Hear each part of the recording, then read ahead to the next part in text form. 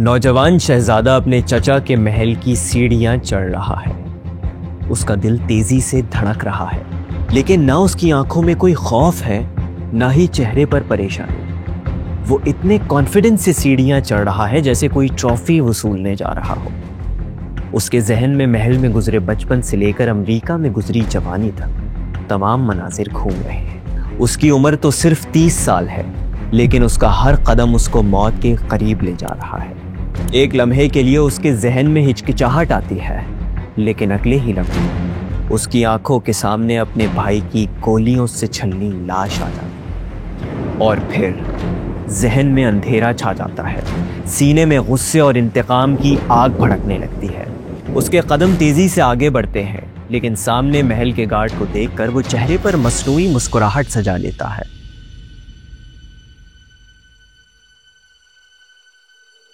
महल के मुहाफिजों के लिए उसका चेहरा जाना पहचाना नहीं होता, लेकिन वो बहरहाल शहजादा होता है, बादशाह का सगा भतीजा, इसलिए इसको अंदर जाने में मुश्किल नहीं होती। वहां मुस्लिम दुनिया के सबसे अहम रहनुमा का दरबार सजा हुआ है। शहजादे, मुशीरान, मेहमान और वफूद सभी मौजूद हैं। 68 साला बादशाह खुद मजलिस के सेंटर में मौजूद है। नौजवान शहजादे को भी मजलिस में दाखिल होने की इजाजत मिल जाती है। जो भी मजलिस में दाखिल होता है या बाहर जाता है, वो बादशाह का एहतराम बजा लाता है और सलाम करने के बाद बैठता है या बाहर जाता है, वो भी आगे बढ़कर बादशाह को सलाम पेश करता है। लेकिन फिर अचानक 3 गोलियां चलने की आवाज आती है। सब हक्का बक्का रह जाते हैं। उनको जब होश आता है तो बादशाह अपनी मजलिस में अपने ही खून में बेसुध जमीन पर गिरे नजर आते हैं। गार्ड के चीखने की आवाज आती है, यहूदिया के बच्चे को काबू करो। मुहाफिज नौजवान शहजादे पर लपक पड़ते हैं। लेकिन एक मिनट, इससे भी पहले अपनी उंगली उठाएं और सब्सक्राइब का बटन हिट करके दिखाएं। ग्रेट, चलें अब थोड़ा टाइम ट्रैवल करते हैं। रियाज में हंगामा बरपा है। इसकी वजह भी अजीब है। आपने आजकल सऊदी अरब में होने वाले कॉन्सर्ट्स तो देखे ही होंगे। जेनिफर लोपेज से सलमान खान तक हर फिल्मी सितारा इन शोज में परफॉर्म करता नजर आता है। ये नए सऊदी अरब की शक्ल है, लेकिन MBS सऊदी अरब में मॉडर्नाइजेशन करने वाला पहला हुक्मरान नहीं।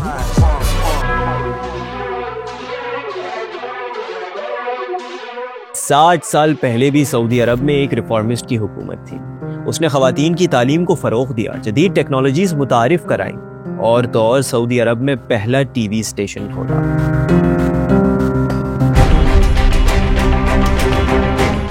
और यही वो इक़दामात थे जिसकी वजह से रियाज में हंगामा बरपा था। वहां भी सोच रखने वाले मजहबी तबके को यह फैसला कबूल ना था। वो सरापा एहतजाज थे और इन एहतजाज करने वालों में शाही खानदान का एक फर्द भी शामिल था, शहजादा खालिद बिन मुसाइद। रियासत को अपने लोगों की बेवफाई हरगिज कबूल नहीं होती। खालिद की मुजाहरे में शिरकत सऊदी हुकूमत को बिल्कुल पसंद ना आई। सऊदी पुलिस को एक्सट्रीम मेजर्स लेने का हुक्म मिला। पुलिस ने फायर खोल दिया। शहजादा खालिद बिन मुसाइद पुलिस के हाथों मारा गया। बादशाह ने सुख का सांस लिया। मामला थम गया, लोग भूल गए। लेकिन खालिद का भाई और यहूदिया का बेटा नहीं भूला। 10 साल बाद वो यही इंतकाम की आग लेकर बादशाह की मजलिस में दाखिल हुआ और वो कर दिया जो हमने आपको बताया। ये कोई मामूली वाकया नहीं था, एक सियासी जलजला था। मरने वाला बहुत खास था, बल्कि शायद यही वो इंसान था जिसके लिए इकबाल ने कहा था, निकल के सहरा से रोमा की सल्तनत को जिसने उलट दिया था, सुना है कुदसियों से वो शेर फिर होशियार होगा। तो फिर आइए आपको मिलवाते हैं इकबाल के इस शेर से, जिसकी धार ने अमेरिका जैसी सुपर पावर को भी भीगी पिल्ली बनाकर रख दिया था। एक ऐसा हुक्मरान जिसे दुनिया से गए 50 साल हो चुके, लेकिन आज भी उसका नाम मुस्लिम उम्मा का बच्चा बच्चा जानता है। लेट्स मीट शाह फैसल बिन अब्दुल अजीज बिन अब्दुल रहमान।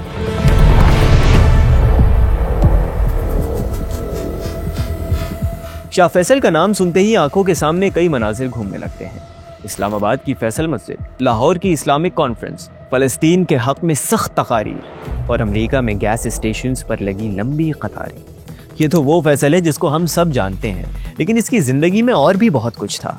इसका इक़्तिदार में आना भी अलग था और जाना भी मुख्तलिफ। और इक़्तिदार से पहले, बाद और दरमियान की जिंदगी भी real life game of thrones से कम नहीं थी।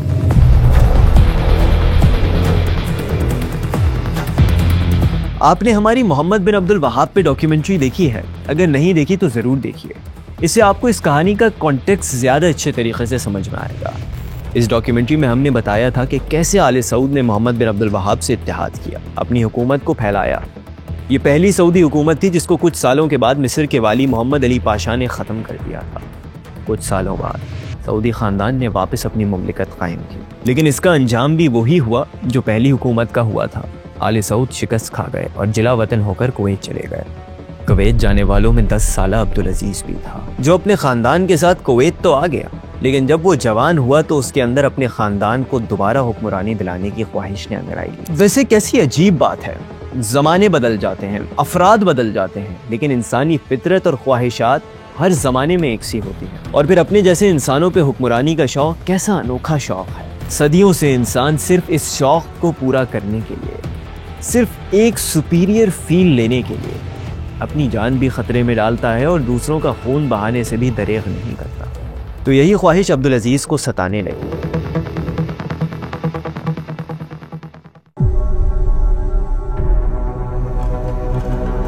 1902 जब 20 साल अब्दुल अजीज़ ने रियाज पे कब्जा करने का अनोखा मंसूबा बनाया। ना हमले की धमकी, ना बड़े फौजी दस्ते और ना ही गोला बारूद और असलहा। सिर्फ 40 आदमी, 40 वफादार साथी और जंगजू अब्दुल अजीज़ ने तैयार किए और चुपके से रियाज की तरफ रवाना हो गया। 15 जनवरी 1902 की रात अब्दुल अजीज़ और उसके साथी रियाज के किले की दीवारों के पास छुपे हुए थे। शहर में मुकम्मल तारीकी थी। गवर्नर इब्न अजलान के किले में भी खामोशी थी। इधर अब्दुल अजीज़ और उसके साथी मौके की ताक में थे। एक एक मिनट घंटे भर का था। आखिरकार शहर से आवाज़ें आना शुरू हुई। रियाज में फजर का वक्त हो गया।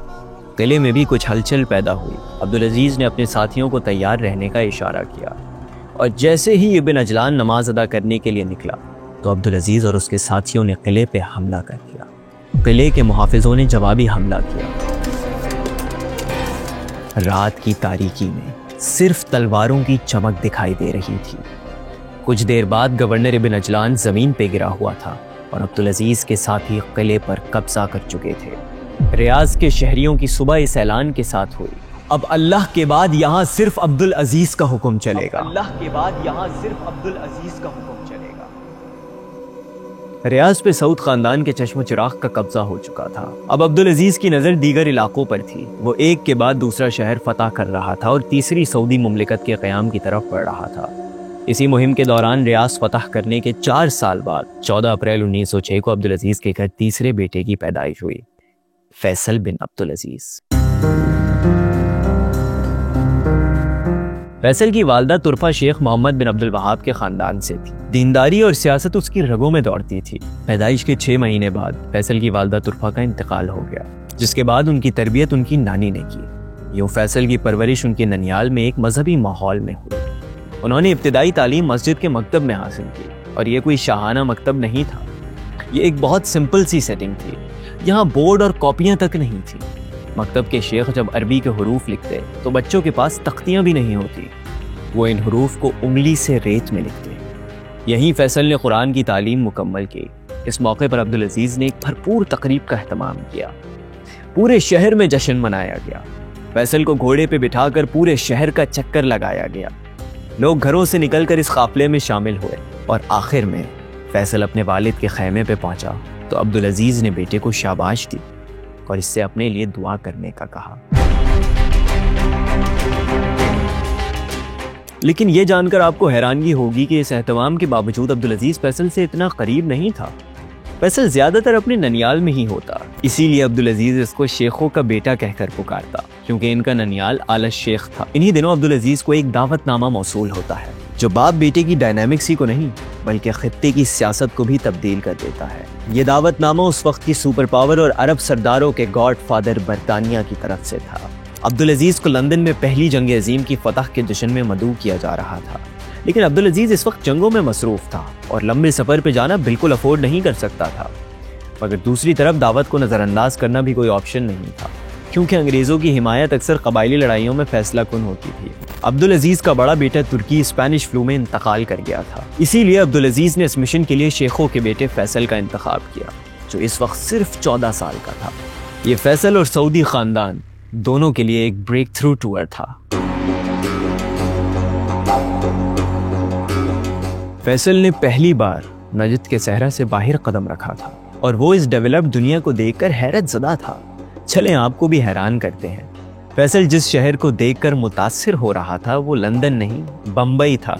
जी हाँ, अपना बम्बई। लेकिन फैसल को तो लंदन जाना था, वो बम्बई कैसे पहुंच गया? दरअसल उस जमाने में बरतानिया का रास्ता हिंदुस्तान से होकर ही जाता था। खास तौर पर अरब हुक्मरान तो बरतानवी मास्टर्स से इंडियन वाइसरॉय के जरिए ही राब्ता करते।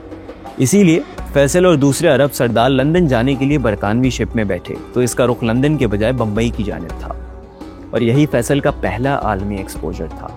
कहाँ नजद का सहरा, किले, तलवारें और सरदारों की बैठकें, ऊंट और घोड़े, और कहाँ इस वक्त तक का जदीद प्लान बम्बई और इसकी बड़ी बड़ी इमारतें, पुख्ता सड़कें।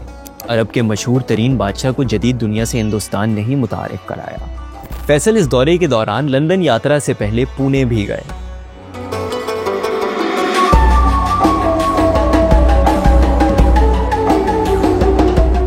बरतानवी दारुल हुकूमत लंदन में जश्न का समा था।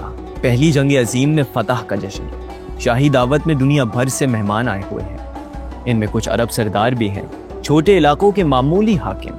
ताज बरतानिया से वफादारी के बदले हिमायत की उम्मीद इनको भी यहाँ खींच लाई। किंग जॉर्ज के दरबार में वफूद के नाम पुकारे जा रहे थे, मेहमान हाजिरी लगवा रहे थे, और फिर अब्दुल अजीज का नाम पुकारा गया। मगर वो तो वहां था ही नहीं। लेकिन कुछ ही देर में रिवायती सऊदी लिबास, सर पे गुतरा और इकाल पहने एक दुबला पतला सा लड़का महल में दाखिल हुआ, जिसे देखकर किंग जॉर्ज समेत सारे मेहमान हैरान रह गए। Prince Faisal ibn Abdul Aziz al Saud, Ahmad ibn फुलियान and Mr. Sinjan Philby, Your Majesty.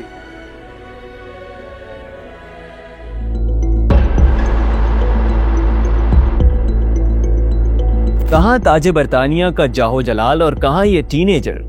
लेकिन फिर भी वो लड़का पूरे कॉन्फिडेंस के साथ आगे बढ़ रहा था। इसने अपनी कम उम्री और नातजुर्बेकारी को अपनी गहरी आंखों में कहीं छुपा लिया था। वैसे भी 100 साल पहले की अरब कबायली सोसाइटी में एडोलेसेंस के चोंचले नहीं किए जाते। लड़का हो या लड़की, बालिग होते ही इसे एडल्ट तस्वुर किया जाता है।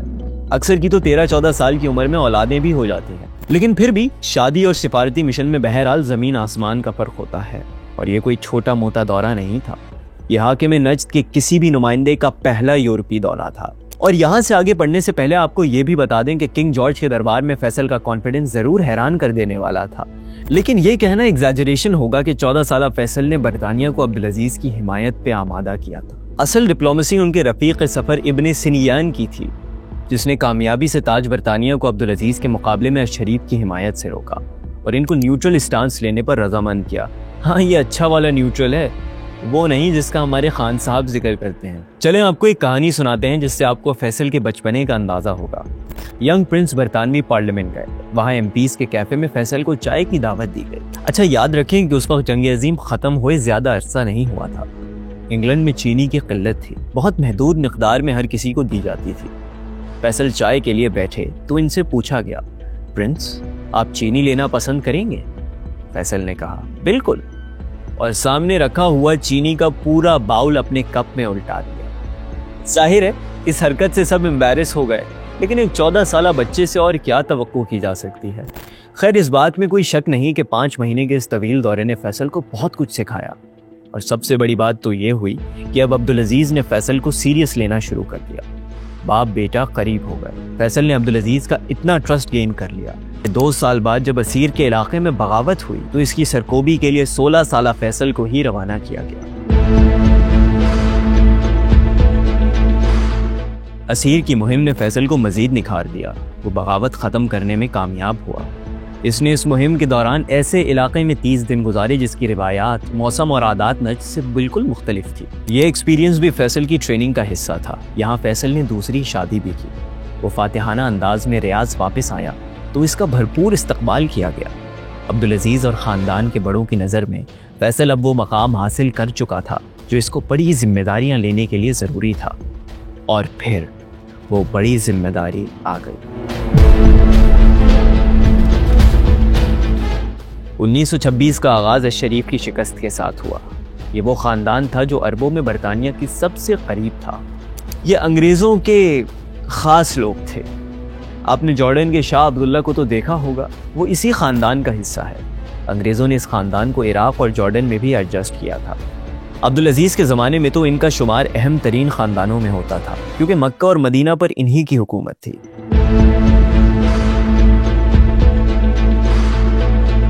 यहीं से उन्होंने तुर्कों के खिलाफ अपने अरब खिलाफत कायम करने की नाकाम मुहिम भी चलाई थी। खैर, ये एक अलग कहानी है। अब्दुल अजीज़ ने इनको शिकस्त देकर हिजाज पर हुकूमत कायम कर ली। वो इससे पहले कई इलाकों को अपनी सल्तनत का हिस्सा बना चुका था, लेकिन हिजाज मुख्तलिफ था। यहाँ दीगर ममालिक के कॉन्सुलेट्स थे, दुनिया भर से लोग हज और उम्रा करने आते थे। फिर ये इलाका अहम तिजारती मरकज़ भी था। जद्दा पोर्ट से मिस्र और इंडिया में तिजारत होती थी, और यहाँ के मकामी लोगों की आदत नजदियों से यकसर मुख्तलिफ थी। यह अब्दुल अजीज़ के लिए एक चैलेंज था, लेकिन इसकी पॉलिसी वाज़ेह थी। हिजाज पर जोर ज़बरदस्ती से कब्जा जमाने के बजाय यहाँ के लोगों के साथ मिलकर मामलात चलाए जाए। ये सिर्फ एक नारा नहीं था। हिजाज के सरदारों के साथ मिलकर एक दस्तूर तश्कील दिया गया, नए कवानीन बनाए गए और हुकूमत का मैकेनिज्म बनाया गया। इस दस्तूर के मुताबिक हिजाज में एक कमेटी तश्कील दी जाएगी, जिसकी सरबराही अब्दुल अजीज़ का नुमाइंदा करेगा। यूँ समझ लें कि वो अब्दुल अजीज़ का वाइसरॉय होगा और हर साल अपनी कारकर्दगी की रिपोर्ट अब्दुल अजीज़ को जमा कराएगा। फैसला हो गया, हिजाज के सरदार राजी हो गए और अब्दुल अजीज़ ने अपने नुमाइंदे का इंतखाब कर लिया। जी हाँ, सही समझ रहे हैं, 19 साला फैसल हिजाज का वाइसरॉय बन गया।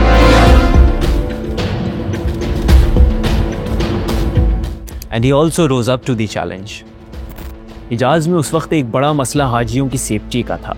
उनको रस्तों में लूट लिया जाता था। फैसल ने सख्त अहकामात दिए। लुटेरों के खिलाफ एक्शन हुआ। जो चोरी में मुलव्विस होता उसके हाथ काटे जाते और जो कत्ल में मुलव्विस होता उसका सर कलम कर दिया जाता।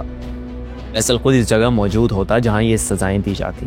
नतीजा ये निकला कि हुज्जाज के रस्ते पुरअमन हो गए। 1927 में 1 लाख अफराद ने हज अदा किया। लेकिन फैसल की हुक्मरानी का दूसरा रुख भी था। हिजाज की फिजा नज्द के मुकाबले में ज्यादा वाइब्रेंट थी। यहाँ अदीब, शायर और फनकार बड़ी तादाद में थे। फैसल भी इस माहौल का हिस्सा बन गया। इसने मौसीकी की इजाज़त तो ना दी, लेकिन वो खुद पोइट्री नाइट्स अरेंज करता, जहाँ बड़े बड़े शायर आते और अपना कलाम सुनाते। एक और मज़े की बात बताऊँ, वो ये कि फैसल को जद्दा में स्टे करना बिल्कुल पसंद नहीं था। वो गर्मियाँ ताइफ में गुजारता और सर्दियाँ मक्का में। दोनों शहरों में उसने किराए पे घर लिया हुआ था, जहाँ वो क़याम करता और हुकूमत के मामलात चलाता। फैसल ने अब हिजाज को अपना घर बना लिया था। यहाँ के सरदार, उलमा और अवाम भी फैसल से आशना हो गए। वो साल में सिर्फ 2 मरतबा रियाज जाता, बाकी पूरा साल हिजाज में ही गुजारता। ये फैसल उस फैसल से बिल्कुल मुख्तलिफ था जो 14 साल की उम्र में लंदन गया था। अब इसके पास गवर्नेंस और जंग का भरपूर तजुर्बा था। मैं लंदन का वापस जिक्र इसलिए कर रहा हूँ कि फैसल हिजाज का वाइसरॉय होने के साथ डिप्लोमेसी को भी देख रहे थे। 1926 में उन्होंने एक बार फिर लंदन का दौरा किया और इस बार इनको ज्यादा वक्त नहीं लगा। अंग्रेजों ने सिर्फ अब्दुल अजीज़ की हुकूमत को तस्लीम नहीं किया, बल्कि सऊदी खानदान को असलहा देने का मुतालबा भी तस्लीम कर लिया।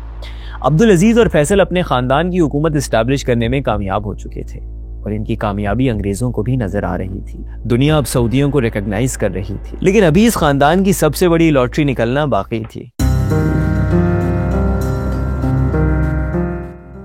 आपने शाह फैसल के बेटे तुर्की अल फैसल को देखा है। तुर्की अहम सिफारती ओहदों पर रह चुके हैं। आजकल फलस्तीन के मामले पर मुमलिकत का मौक़िफ़ अक्सर वही पेश कर रहे होते हैं, लेकिन आपने नोट किया है कि उनके नैन नक्श सऊदियों से कुछ मुख्तलिफ हैं। ये इसलिए क्योंकि तुर्की शाह फैसल की सबसे पसंदीदा बीवी इफ़त के बेटे हैं। वो एक तुर्क खातून थी। फैसल जब हिजाज के वाइसरॉय थे तो इफ़त की फैमिली हज करने आई। इनकी सऊदी ख़ानदान से कोई दूर की रिश्तेदारी थी। इफ़त इस वक्त नौजवान लड़की थी। उनकी खूबसूरती से सब मुतासिर थे। यूँ समझे उनका वही औरा था जो जैकी कैनेडी का होता था। फैसल ने इफ़त के वालिद को शादी का पैगाम भेजा। वालिद राजी हो गए और इफ़त एक अनजाने मुल्क में, अनजाने माहौल में, ऐसी जगह पर जहाँ की इनको ज़बान भी नहीं आती थी, दुल्हन बनकर आ गए। लेकिन कुछ ही अरसे में उन्होंने ना सिर्फ अरबी सीख ली, बल्कि उनकी फैसल के साथ बॉन्डिंग भी बहुत अच्छी हो गई। वो दोनों एक पावरफुल कपल बन गए। इधर फैसल की जिंदगी में बहारें थी, तो दूसरी तरफ सऊदी अरब में भी तेल दरियाफ्त होने के बाद डॉलर्स की बहार आ चुकी थी। वही रेगिस्तान, वही सादगी और वही रिवायती अंदाज, वही बद्दूशाही खानदान, लेकिन अब इन बद्दुओं के पास ऑयल रॉयल्टीज का पैसा था। इनकी हुकूमत मजीद मजबूत हो रही थी। असलहा, टेलीफोन, रेडियोस और गाड़ियां खरीदी जा रही थी। ऐसा नहीं था कि रातों रात सब सऊदी अमीर हो गए। मुआशरा कमोबेश वैसा ही था, लेकिन सरकार और शाही खानदान अमीर से अमीर तर हो रहा था। 1953 में शाह अब्दुल अजीज का इंतकाल हो गया। मुमलिकत का वो फादर फिगर जिसने सऊदी अरब की बुनियाद रखी, उसको मुत्तहिद किया और उसको लेजिटिमेसी दी, वो रुखसत हो गया और उमूर मुमलिकत का बोझ अब्दुल अजीज के बड़े बेटे सऊद के कांधों पर आ गया। यहाँ से फैसल की कहानी का एक इंटरेस्टिंग चैप्टर शुरू होता है। सऊद नया बादशाह और फैसल उसका वली अहद बन गया। सऊद अपने छोटे भाई फैसल के मुकाबले में कम अहलियत रखता था। अब्दुल अजीज को इसका अंदाजा था। इसने वफात से पहले दोनों भाइयों को बुलाया। फैसल पे जोर दिया कि वो हमेशा अपने भाई का वफादार रहेगा, उसका साथ देगा और उसकी हुकूमत को तस्लीम करेगा, और सऊद पे जोर दिया कि वो फैसल से मशवरा करेगा और उसको अपने साथ रखेगा। इस बात पर अब्दुल अजीज ने दोनों बेटों से 7 दफा कसम उठवाई। लेकिन कसम की सियासत में क्या हैसियत? हल्फ तो हमारे यहाँ भी लिया जाता है कि सियासत में मुदाखलत नहीं करेंगे, लेकिन वो कितना इफेक्टिव होता है ये हम सब जानते हैं। नहीं जानते तो 8 फरवरी का इलेक्शन एक मिसाल है। सऊद और फैसल के दरमियान एक खामोश राइवलरी थी। बज़ाहिर फैसल ने बादशाह के मामलात में दखलंदाजी नहीं की, लेकिन एक रिफ्ट थी जो हर किसी को महसूस होती थी। इधर पेट्रोल की आमदन से शाही खानदान में पैसों की रेल पेल शुरू हो गई थी और सऊद को महलात का बड़ा शौक था।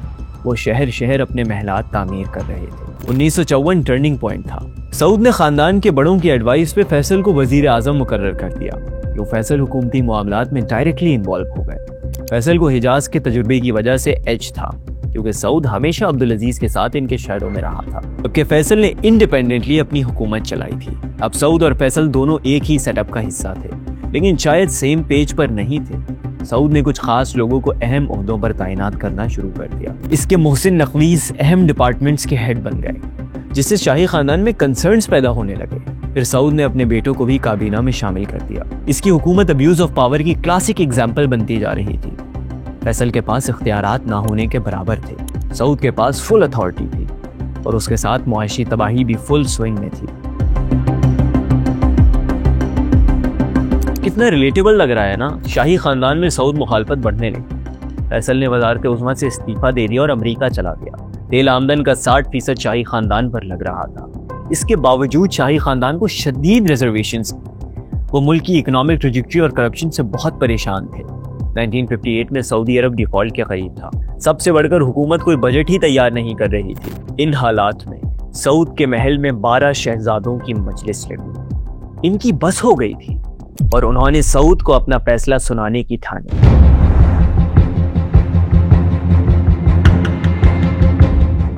रियाज के शाही महल में इफ्तार का दस्तरख्वान सजा हुआ था।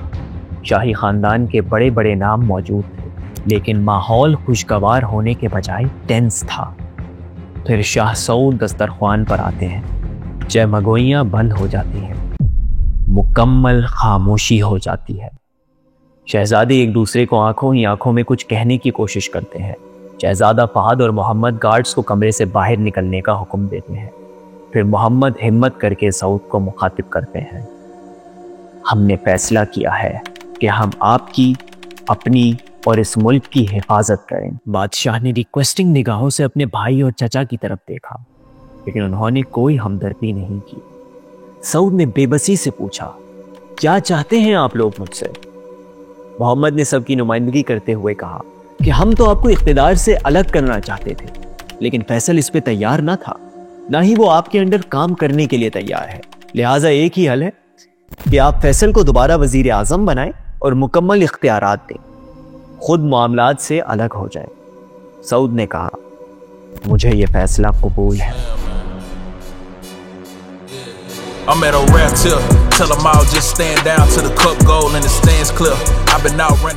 यहाँ से फैसल का MBS टेन्योर शुरू हो गया।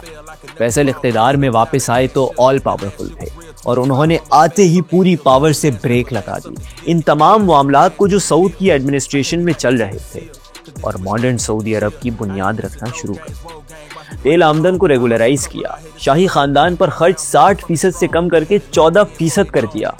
वजारतों में प्रोफेशनल अफराद को तैनात किया और उनके एहतसाब का निज़ाम बनाया।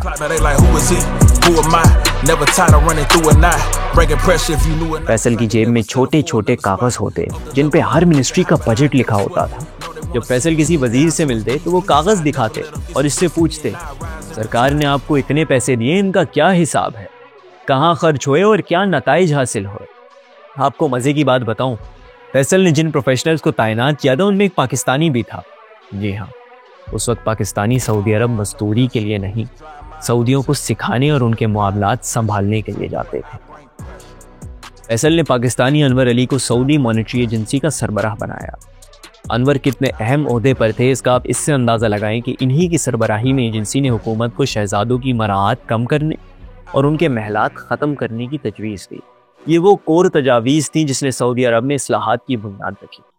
आपने सऊदी अरब के विजन 2030 के बारे में सुना होगा। ये सऊदी अरब का मुआशी और समाजी इस्लाहात का प्रोग्राम है जिसको MBS लेकर चल रहे हैं। इस विजन में तो अरबों डॉलर्स के प्रोजेक्ट शामिल हैं, लेकिन सऊदी अरब का पहला इस्लाही एजेंडा उस वक्त सामने आया था जब सऊदी अरब के पास अरबों तो क्या करोड़ों डॉलर्स भी नहीं थे। ये था शहजादा फैसल का 10 नुकाती एजेंडा जो उन्होंने 1962 में पेश किया। इस एजेंडे में हुकूमती स्ट्रक्चर, दीनी रहनुमाई, फ्री हेल्थ एंड एजुकेशन और रोड नेटवर्क्स की तामीर सब शामिल थे।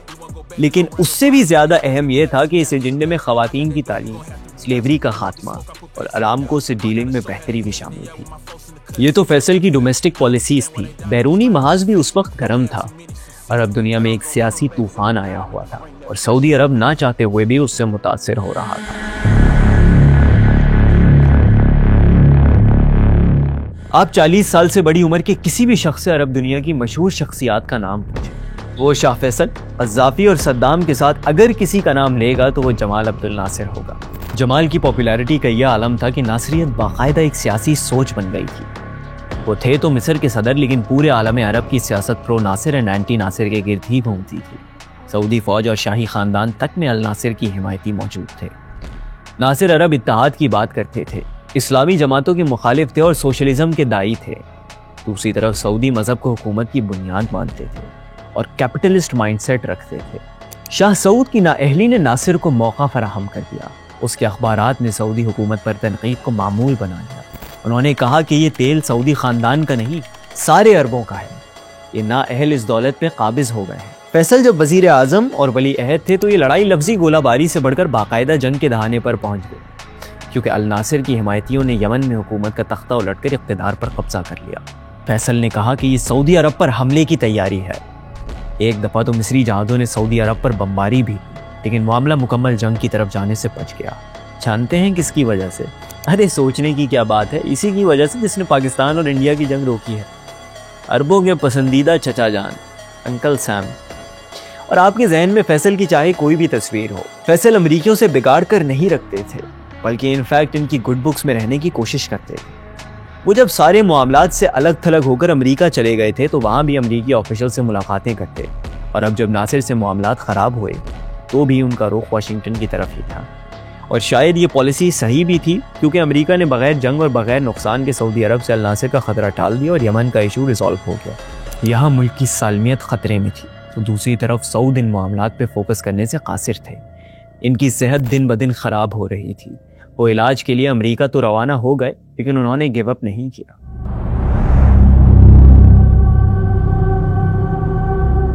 पाकिस्तान की तारीख में आपको कई इंटरेस्टिंग पावर गेम्स की कहानियां सुनने को मिलती हैं। सिकंदर मिर्जा और अयूब से लेकर भुट्टो और ज़िया तक महलाती साजिशों की एक सीरीज है जिसके मुतालिक हम सुनते रहते हैं। सऊदी अरब के मुतालिक ऑन दी अदर हैंड ये तासुर कायम है कि वहाँ ऐसा कुछ नहीं होता। लेकिन अब हम आपको जो कहानी सुनाने जा रहे हैं वो सुनकर आपको अंदाजा होगा कि पावर कॉरिडोर्स हर मुल्क के कमोबेश एक जैसे ही होते हैं। 1963 में शाह सऊद सेहतियाब होकर सऊदी अरब वापस आ गए। इनको अपना कंट्रोल बहाल करना था। दूसरी तरफ फैसल थे जो इकनॉमी से डिप्लोमेसी तक हर शोबे को खुद संभाल रहे थे। सऊद ने वापस आकर अवामी और कबाइल के शयूख की हिमायत हासिल करने का फैसला किया। उन्होंने मुल्क के मुख्तलिफ इलाकों का दौरा करना शुरू कर दिया। सरदारों और उलमा से मुलाकातें शुरू कर दी। इनको काफ़ी हद तक मुस्बत जवाब भी मिला। लेकिन वो जब हिजाज गए जहाँ फैसल मकबूल थे तो इनको पता चला कि जद्दा, मक्का और मदीना में उनके इस्तकबाल के लिए कोई आलीशान इंतज़ाम नहीं किया जाएगा। ये सऊदी शाह के लिए धचका था। इसकी अथॉरिटी को चैलेंज किया जा रहा था। सऊद ने अपना दौरा मुख्तसर किया और रियाज में सख्त हिफाजती पहरे में रहने लगा। रियाज में यूं तो मामूलात ज़िंदगी में कोई फ़र्क नहीं था, लेकिन अंदर खाना एक लावा उठ रहा था। हालात इंतहाई टेंस थे। नेशनल गार्ड्स के सरबराह अब्दुल्ला थे, सुल्तान वजीर दिफा थे। दोनों ने अपने अहलकारों को हाई अलर्ट पे रखा हुआ था। महल पे मामूर अफसरान सऊद के वफादार थे। वो भी हर किस्म की सूरत हाल से निमटने के लिए तैयार थे। इधर सऊदी मुफ्ती आज़म शेख मोहम्मद बिन इब्राहिम आल शेख शाह के पास गए और मामला ठंडा करने की कोशिश की। शाह सऊद ने शिकायत की, मेरे खिलाफ साजिश की गई, मुझसे बुरा सलूक किया गया, मुझे अपने साथियों से मिलने से रोका गया, इसीलिए शरीयत मुझे इजाज़त देती है कि मैं अपनी हिफाजत के लिए तमाम ऑप्शन इख्तियार करूं। सामने से शेख के रवैये में भी सख्ती थी। उन्होंने वाज़े अल्फाज में कहा कि अगर तुमने कोई खून रेजी की तो उलमा तुम्हारी इताअत ख़त्म कर देंगे, यानी तुमसे बैत वापस ले लेंगे। सऊद के पास ऑप्शन कम थे। 1964 में दोनों भाई काहिरा में अरब लीग समिट में ऐसे शरीक हुए जैसे दोनों में कोई इख्तिलाफ ही नहीं। सऊद फ्रंट पर थे और फैसल वफादार भाई की तरह उनके साथ साथ। किसी को भिनक भी नहीं लगी कि दोनों में इख्तिलाफात किस हद तक बढ़ चुके हैं। काहिरा से वापसी पर मामलात फिर बिगड़ गए। सऊद ने फैसल से इस्तीफे का मुतालबा किया। फैसल ने मुतालबा रिजेक्ट कर दिया। 26 मार्च 1964 को शाही ख़ानदान की ख़वातीन को महलात से दूर महफूज मुकाम पर मुंतकिल कर दिया गया, क्योंकि दोनों भाइयों में मुसल्लह टकराव का शदीद ख़तरा था। करीब था कि दोनों के वफादार सिपाही एक दूसरे के महलात पर हमला कर दें, लेकिन 27 मार्च को शाही ख़ानदान और उलमा ने सिचुएशन डिफ्यूज़ कर दी। कोई ब्लड बात ना हुआ। सऊद को इख्तिदार से अलग कर दिया गया। ये वो पहला और आखिरी मौका था जब किसी जिंदा बादशाह को इख्तिदार से हाथ धोने पड़े। और फिर फैसल बादशाह बन गया।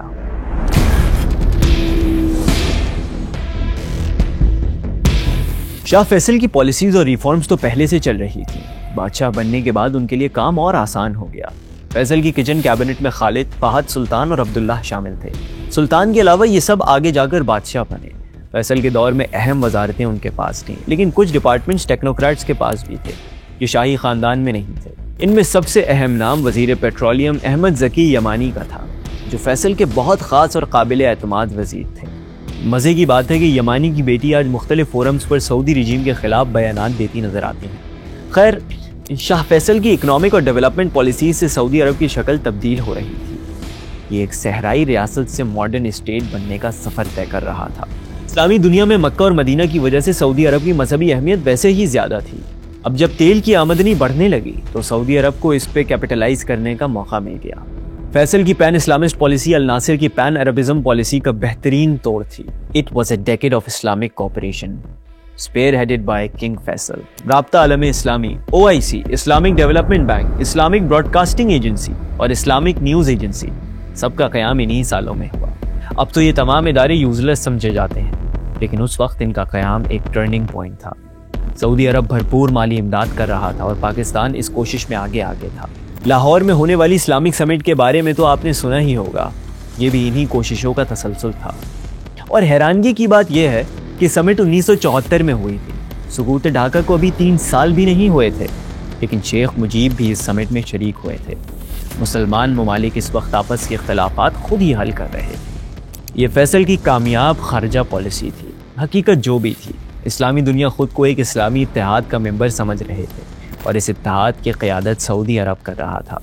और ये सिर्फ ज़ाहिरी क़यादत नहीं थी। 1973 में सऊदी अरब ने ऐसा कदम उठाया जिसके बाद मगरिबी दुनिया हिल कर रह गई।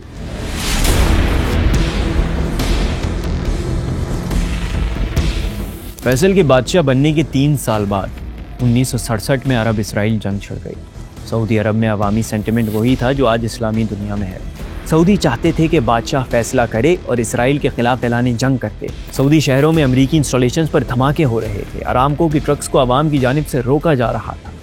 इस मौके पर फैसल ने अवामी रैली से खिताब किया, इसराइल पर शदीद तनकीद की, लेकिन साथ ही ये भी वाज़ेह किया कि सऊदी अरब अमरीका से लड़ाई नहीं कर सकता। लेकिन इस तकरीर में उन्होंने एक बात ऐसी की जिसको इस वक्त ज़्यादा सीरियसली नहीं लिया गया। उन्होंने कहा कि हम इसराइल के हिमायतियों की पेट्रोल सप्लाई को बंद कर सकते हैं। 67 की जंग ख़त्म हो गई। पेट्रोल की सप्लाई में कोई फ़र्क ना आया। इधर फैसल ने इंतहाई होशियारी से 1 step at A time policy अपनाते हुए अरामको को अमरीकी इन्फ्लुएंस से निकालकर सऊदी मिल्कियत में मुंतकिल कर दिया। फिर अपने वजीर यमानी के जरिए अमरीकी कंपनी से नेगोशिएट किया।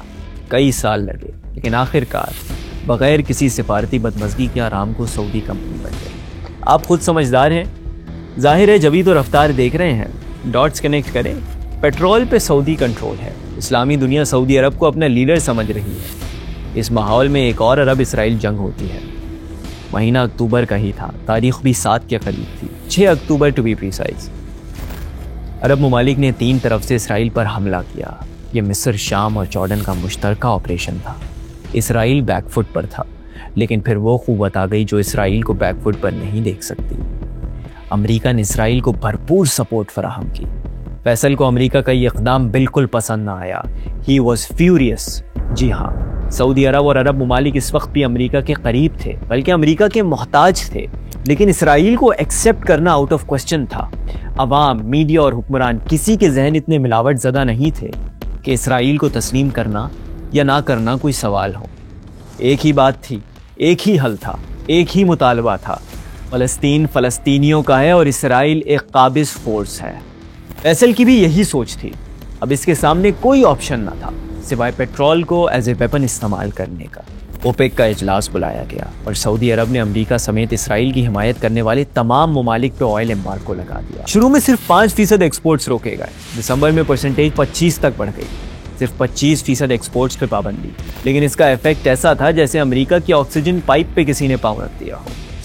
गैस स्टेशन के बाहर लंबी लंबी कतारें, आलमी क्राइसिस, पेट्रोल की कीमतों में 4 गुना इजाफा। दुनिया में एक तूफान आ गया और अमेरिका को सबक मिल गया कि सऊदी अरब इसको नुकसान पहुंचाने की ताकत रखता है। लेकिन अमेरिका जैसी बड़ी सुपर पावर को नुकसान पहुंचाने वाले दुश्मनों की जिंदगी अक्सर छोटी हो जाती है, और यही शाह फैसल के साथ भी हुआ।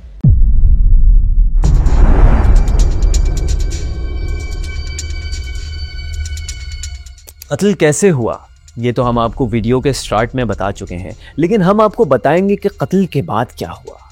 जरा इस तस्वीर को गौर से देखें। ये 1974 की लाहौर इस्लामिक कॉन्फ्रेंस की तस्वीर है। ये रहनुमा शायद इनकलाबी या अवामी नहीं है, लेकिन ये रहनुमा यहाँ एक ख्वाब लेकर जमा हुए हैं, इस्लामी इत्तेहाद का ख्वाब। शायद यही इनका सबसे बड़ा जुर्म था। ये शाह फैसल के बराबर में लीबिया के मुअम्मर क़ज़्ज़ाफ़ी हैं।